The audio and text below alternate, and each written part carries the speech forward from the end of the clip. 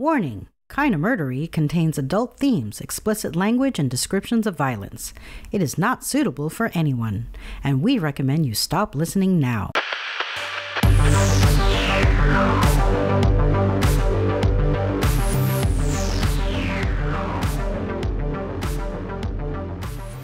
Hello everyone, and welcome to Kinda Murdery, a true crime podcast that's mostly about murder, and always about the strange and compelling stories that arise when the path less traveled twists to darkness, and those who walk its shadows surrender to violence and moral corruption. We have a perilous journey ahead, so thank you for lending me your courage and good company.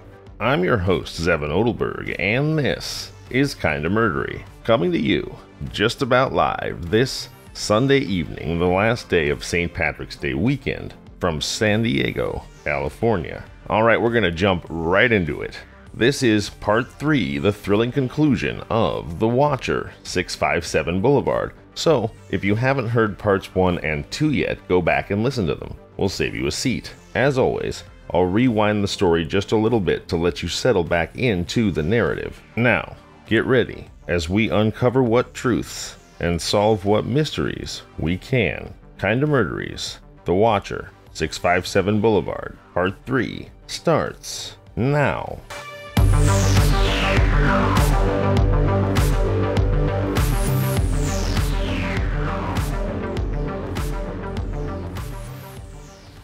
One night, Chambliss and a partner were sitting in the back of a van parked on the boulevard watching the house through a pair of binoculars. Around 11 p.m., a car stopped in front of the house long enough for Chambliss to grow suspicious. He traced the car to a young woman in a nearby town whose boyfriend lived on the same block as 657. The woman told Chambliss her boyfriend was into some, quote, really dark video games, including one in which he played as a specific character called The Watcher. As for the female DNA, Chambliss figured the girlfriend or someone else could have helped. The boyfriend was living elsewhere at the time, but Chambliss said he agreed to come in for an interview on 2 separate occasions. He didn't show up either time. Chambliss didn't have enough evidence to compel him to appear, and with the media attention dying down, he dropped the case and moved on. While the Broadduses continued to be consumed by stress and fear, for the rest of Westfield, the story became little more than a creepy urban legend, a house to walk by on Halloween if you were brave enough.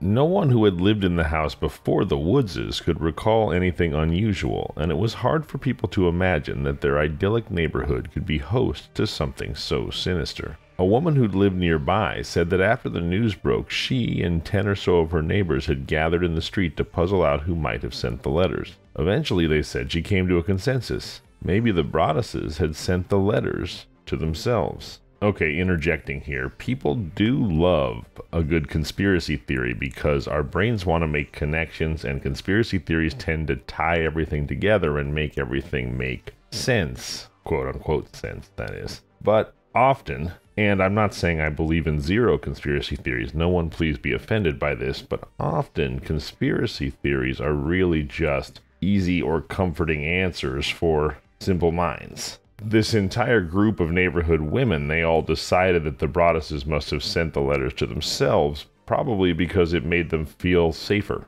But if you stop to consider for a moment what it implies if the Broadduses had in fact sent the letters to themselves, it's really quite preposterous. Set aside for a moment that means they would have also had to send a letter to the Woodses and the other neighbor that the porous police canvass missed the first time around. It also means that they were such incredible Oscar-worthy or better actors that they were able to convince all kinds of professionals that they were absolutely abjectly terrified, from their medical doctors to their therapists to security firm owners to the painter they hired whose arms Mrs. Broaddus sobbed in. Not one of these people suspected for a moment that the terror, grief, anger, and general mental distress that the Broadduses were experiencing were fake.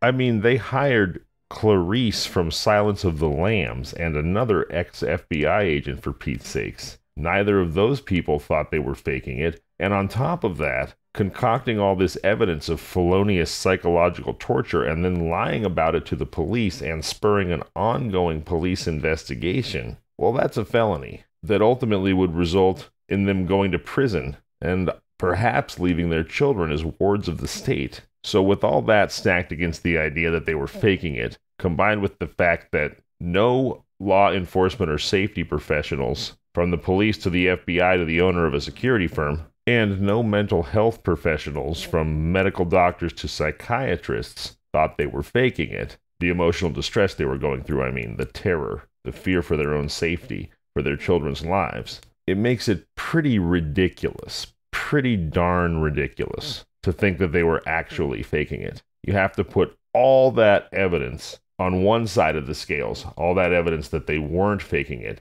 and balance it against a group of suburban mothers wanting to make themselves feel better who decided they must be faking it because they couldn't afford their mortgage. It's absurd, really, and one more form of harassment that the Broadduses certainly hadn't earned and didn't deserve. If you can't afford a house, you sell it, or God forbid, maybe you declare bankruptcy, but concoct an elaborate scheme that involves terrorizing yourselves and your children and committing numerous felonies that'll land you in prison, that's not what you do. Not if you've got half a brain anyway, and I think it's pretty clear that the Broadduses have more than half a brain. All right, let's get back to the story. So a group of neighbors decided that the Broadduses had sent the letters to themselves. The theory, as far as it went, was that the Broadduses had suffered buyer's remorse or realized they couldn't afford the home and concocted an elaborate scheme to get out of the sale. Or Derek was cooking up some kind of insurance fraud, or they were angling for a movie deal. The Broadduses received several offers, but turned them down. Lifetime eventually released a movie called The Watcher, despite cease and desist letters from the Broadduses. Lifetime argued that the couple in its movie was biracial, and the letters were signed The Raven. Some locals found it noteworthy that over the course of the decade, the Broadduses had upgraded from a $315,000 house to a $770,000 house to a $1.3 million one, and refinanced their mortgages. A few weeks after the letters became public, the Westfield Leader published an article in which anonymous neighbors were quoted asking why the Broadduses kept renovating a home they weren't moving into, or questioning whether they had really done that much renovating at all. The Leader even cast doubt on Maria's commitment to her family's safety, citing as evidence the fact that she had a public Facebook page with a photo of her kids. The paper did note that the police had tested Maria's DNA and it didn't match.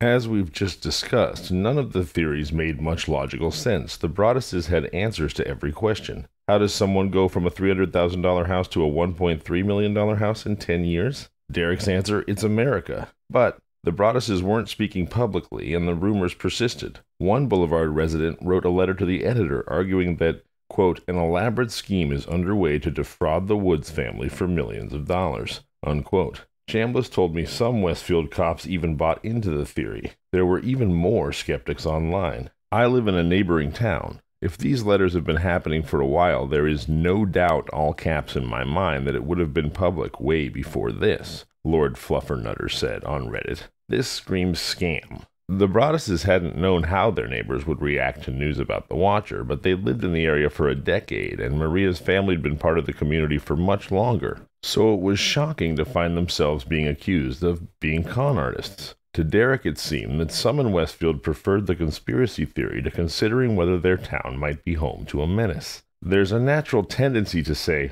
I've lived here for 35 years and nothing's happened to me, Derek said. So what happened to my family is an affront to their contention that they're safe, and there's no such thing as mental illness in their community. People don't want to believe that this could happen in Westfield. While Maria looks back fondly on her childhood, she was born a few years after Westfield resident John List infamously murdered his wife, mother, and their 3 children in their home. And she remembers a period when she and other kids were warned to look out for a strange band driving around town. My mother always told me don't have a false sense of security, she said.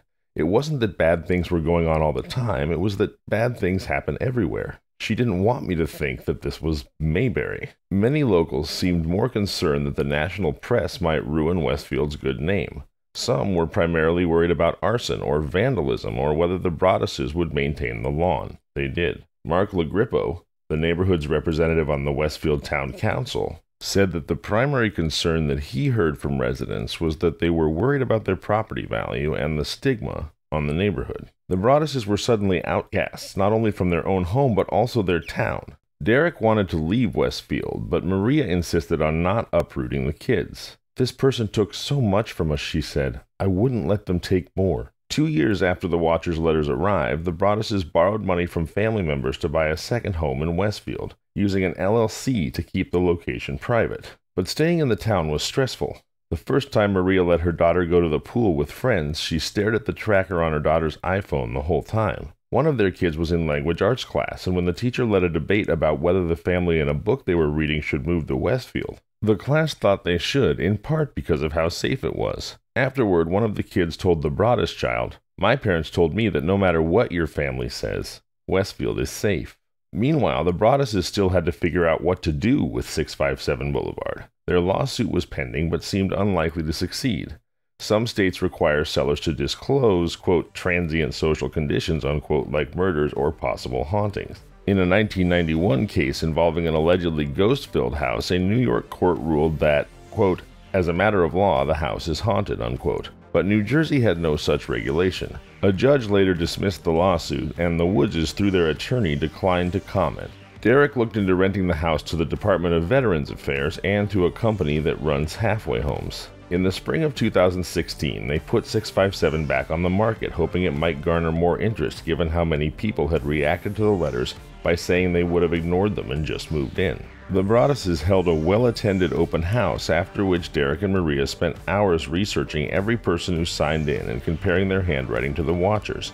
But each time a potential buyer expressed interest and met with the Broadduses, the lawyer read them the letters and they backed out. Some cocky guy from Staten Island said, "Fuck it, I'm gonna get the house at a discount," Derek recalled. Then he reads the letters and we never hear from him again. Feeling as if they were out of options, the Broadduses' real estate lawyer proposed an idea: sell the house to a developer who could tear it down and split the property into 2 sellable homes. They thought they could get $1 million for the lot. Subdivisions like this had become common in Westfield, much to the chagrin of many locals, and 657 was one of the neighborhood's largest lots. Even so, dividing it would require the Westfield Planning Board to grant an exception. The 2 smaller lots would be 67.4 and 67.6 feet wide, just shy of the mandated 70 feet. When the proposal was publicly announced, Westfield's Facebook groups lit up. Some expressed sympathy for the Broadduses, while others pointed out that real estate is always a gamble. Another faction was convinced this was the culmination of a long con. Out of this whole scam artist story, there ends up being nothing more disturbing than this move, a local woman said. A man who coached the Broadduses' son in football said, "They were over their head from day one." The application was jarring for the neighbors, who had learned about the Watcher from a lawsuit and had always found it strange that the Broadduses didn't share more information, not seeming to understand that they were following the orders from the police and trying to protect their kids. A typical Facebook conversation went like this: "Sounds like this whole Watcher thing was a ploy. The owners are good people, not a ploy. Well, okay, I know nothing about them." Kristen Kemp, a friend of the Broadduses, had tried to defend them on one Facebook forum, but people started attacking her. Somebody asked, "How do we know you're not writing the letters?" Kemp said. When the planning board met to decide the application in January 2017, it had already devoted a 3-hour hearing to the issue. More than 100 residents showed up. One of them, who lived across the street and had a daughter in the same grade as one of the Broadduses' kids, had retained a lawyer to fight the proposal. Suddenly, here was a new suspect. Who but the Watcher would go so far as to hire an attorney to preserve the house? After a quick discussion about a Wells Fargo branch that wanted to use brighter light bulbs than the town allowed, the room grew as tense as a suburban planning board meeting could get. James Forrest, the Broadduses' attorney, explained that the 3-foot exemption was as narrow as the easel he was using to display a map of the neighborhood. A map that showed several lots on the block that were also too small. The neighbors expressed concern that the plan might require knocking down trees and that the new homes would have aesthetically unpleasing front-facing garages. Forrest repeatedly threatened the halfway house as a possible alternative. After the lawyers, a parade of neighbors stood to speak. Glenn DeMont from across the street said the proposal would, quote, spell the end of the 600 block of Boulevard as we know it. A woman whose kids had been to the Broadduses' old home for a birthday party spoke on behalf of 9 neighbors and presented 657 Boulevard as Westfield's Alamo. "Our neighbors are constantly under attack from turf, lights, parking decks, you name it," she said. "If we can't make a stand on Boulevard, where can we? At one point, Abby Langford stood up to say that she'd spent almost 60 years looking at a magnificent, beautiful house, and didn't want to be looking out at a driveway. The hearing lasted 4 hours, during which there was little discussion of the reason the Broadduses had been driven to tear down their dream home in the first place. "Has anybody thought about whether or not this lunatic who did this has been apprehended?" said Tom Higgins, who lived across the street, toward the end of the hearing. Even so, Higgins pointed out that there was no guarantee the watcher wouldn't send letters to the two houses, and he argued that aesthetics should rule the day. "Putting up two houses there is going to stick out like an old client of mine in Texas told me. It's going to stick out like a dog's balls." Wow, that's colorful. While some of the neighbors expressed compassion, their focus remained on what the Broadduses stood to gain financially and what they themselves might lose. At 11:30 p.m., the board unanimously rejected the proposal. A New Jersey judge later denied the Broadduses' appeal of the decision. Derek and Maria were distraught. Even if the plan had gone through, it would only have staunched their financial bleeding. On top of the mortgage and the renovations, they'd spent around $100,000 in Westfield property taxes. The town denied their request for relief. They also spent at least that much money investigating the watcher and exploring ways to deal with the home, not to mention cleaning the gutters. The Broadduses recognized that 657 Boulevard was a beautiful house on a beautiful street and that it was worth maintaining, but they were surprised their neighbors didn't see the uniqueness of the situation. "This is my town," Maria said. "I grew up here. I came back. I chose to raise my kids here. You know what we've been through. You had the ability 2.5 years into the nightmare to make it better. And you've decided that this house is more important than we are." That's really how it felt. On top of all that, her dad had recently died unexpectedly. Father Michael Saporito, the priest who blessed the house, went to one of the planning board meetings and said he was taken aback by how many people had come up to him and said they thought the whole thing was a hoax. "I think the human element of this story was kind of lost on the neighbors," Saporito said. The watcher had expressed the desire to protect the boulevard from change, but instead it had been torn apart. Not long after the planning board's decision, the Broadduses got some good news. A family with grown children and 2 big dogs had agreed to rent 657 Boulevard. The renter said he wasn't worried about the watcher, although there was a clause in the lease that let him out in case of another letter. 2 weeks later, Derek went to 657 to deal with squirrels who'd taken up residence in the roof, and the renter handed him an envelope that had just arrived. It was addressed to the vile and spiteful Derek and his wench of a wife, Maria. This letter, 2.5 years after the watcher appeared, came out of nowhere. It was dated February 13th, the day the Broadduses gave depositions in their lawsuits against the Woodses. And it read, "You wonder who the watcher is? Turn around, idiots. Maybe you even spoke to me, one of the so-called neighbors who has no idea who the watcher could be. Or maybe you do know, and you're too scared to tell anyone. Good move." The letter was less stylish and more wrathful than the others, and it seemed the writer had been following the story closely. They'd seen the media coverage. "I walked by the news trucks when they took over my neighborhood and mocked me. They also saw Derek's surreptitious investigatory efforts. I watched as you watched from the dark house in an attempt to find me. Telescopes and binoculars are wonderful inventions. And the attempt to tear down the house. 657 Boulevard survived your attempted assault and stood strong with its army of supporters barricading its gates," the letter read. "My soldiers of the Boulevard followed my orders to a T. They carried out their mission and saved the soul of 657 Boulevard with my orders. All hail the watcher." The renter was mentioned. He was spooked but agreed to stay if the Broadduses installed cameras around the house. The letter indicated that revenge could come in many forms. Maybe a car accident, maybe a fire, maybe something as simple as a mild illness that never seems to go away but makes you feel sick day after day after day. Maybe the mysterious death of a pet. Loved ones suddenly die. Planes and cars and bicycles crash. Bones break. Oh my God, this is absolutely spine-chillingly awful. Whoever this watcher is, they are truly a monster. "It was like we were back at the beginning," said Maria, but it also meant fresh evidence that might help invigorate the investigation. Derek took the letter to police headquarters, where a detective looked at a neighborhood map and traced a circle around the house 300 yards in diameter, suggesting that the watcher must be somewhere in there. Derek drew one much closer. "In my view, it's one of 10 houses in the world," he said. The Broadduses continued to press the case, but there still wasn't much for law enforcement to go on, and it was possible to look up and down the street and see the watcher in practically anyone. Residents mentioned to me a teenager whose father had grown up around the corner, and a man who sometimes walked around the neighborhood playing a flute. An elderly couple behind the house had been there for 47 years.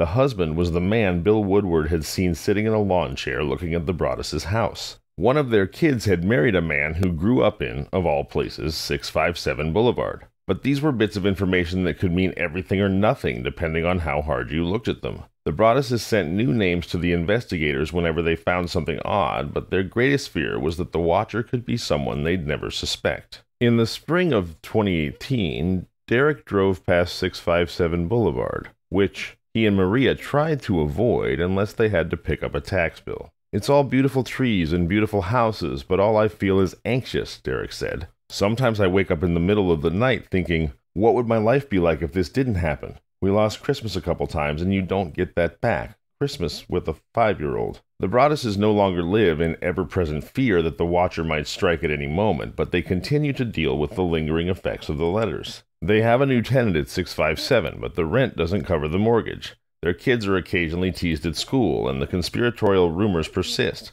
They try to avoid the people who spoke out against the planning board application or accuse them of being con artists, but suburban life makes that impossible. I see these people on the soccer field, at the train station, and my heart starts going like it did when I played hockey and I was about to get in a fight," Derek said. When Maria found herself in a spin class at the YMCA with the head of the planning board, she went up afterwards and told him, "You continue to hurt my family every day." Early in 2018, the planning board approved splitting a lot around the corner that required an even larger exemption than the Broaduses. Wow, that is messed up. Around the corner from the Broaduses' house, the planning board is allowing the plan that the Broaduses wanted when the exception has to be even larger? Who are these people in Westfield? Most people in Westfield rarely think of the watcher anymore. The real estate market is doing fine. Many were surprised to find out that the Broaduses were still dealing with the problem. Hindsight made Derek and Maria wonder if they should have sold the house at a loss early on, and 657 Boulevard conjured too much emotional pain for them to ever consider moving in.